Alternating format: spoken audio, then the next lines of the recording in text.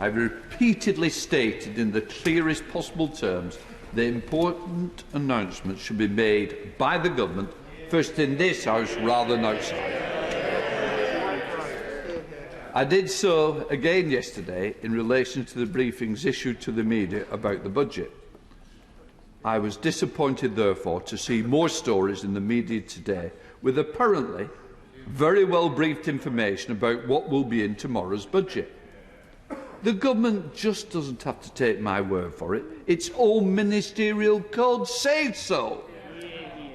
When Parliament is in session, the most important announcements of government policy should be made in the first instance in this Parliament, this House.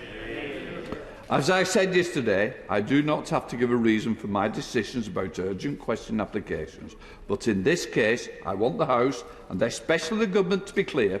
If the Government continues to treat this House in a discourteous manner, I will do everything in my power to ensure ministers are called here at the earliest opportunity to explain themselves.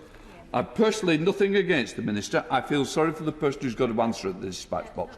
But once again, this House will not be taken for granted. It is not right for everybody to be briefed. It's not more important to go on the news in the morning. It's more important to come here. Let's get this message across. These are the elected members that represents this United Kingdom. It is not done through Sky TV. Sir John Redwood.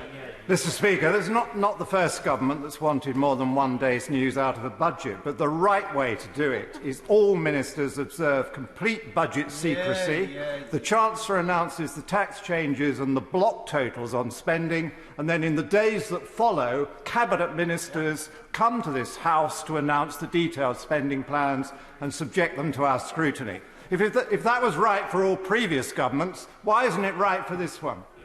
In 2013, the then-Chancellor, George Osborne, asked the Permanent Secretary for HMT to conduct a review into the practice of the release of budget information under embargo on Budget Day, and he set out a series of recommendations.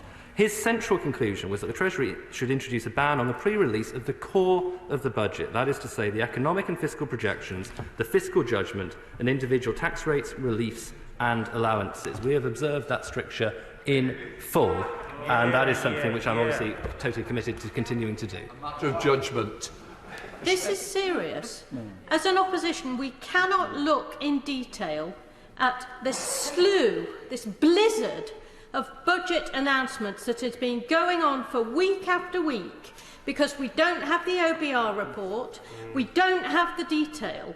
This is treating parliamentary democracy with utter contempt, and the Minister should be completely ashamed of himself. He should have come to this House and apologised. His boss should have come to this House and apologised. Clearly, as a former Treasury Minister herself, she would never have engaged in any activity of this kind for a budget. And there will be a raft of full information in both the budget documents and those provided by the OBR, which obviously provides a level of detail which the last Labour government never provided. There are two sides to this coin, Mr Speaker. The first is the government broadcasting without first letting us know. The other is the information it is trying to keep from us. Why was the leaked information on the costs, the substantial costs of Winter Plan B, marked not for publication? What is the government trying to hide? Why is it frightened of our scrutiny? Minister.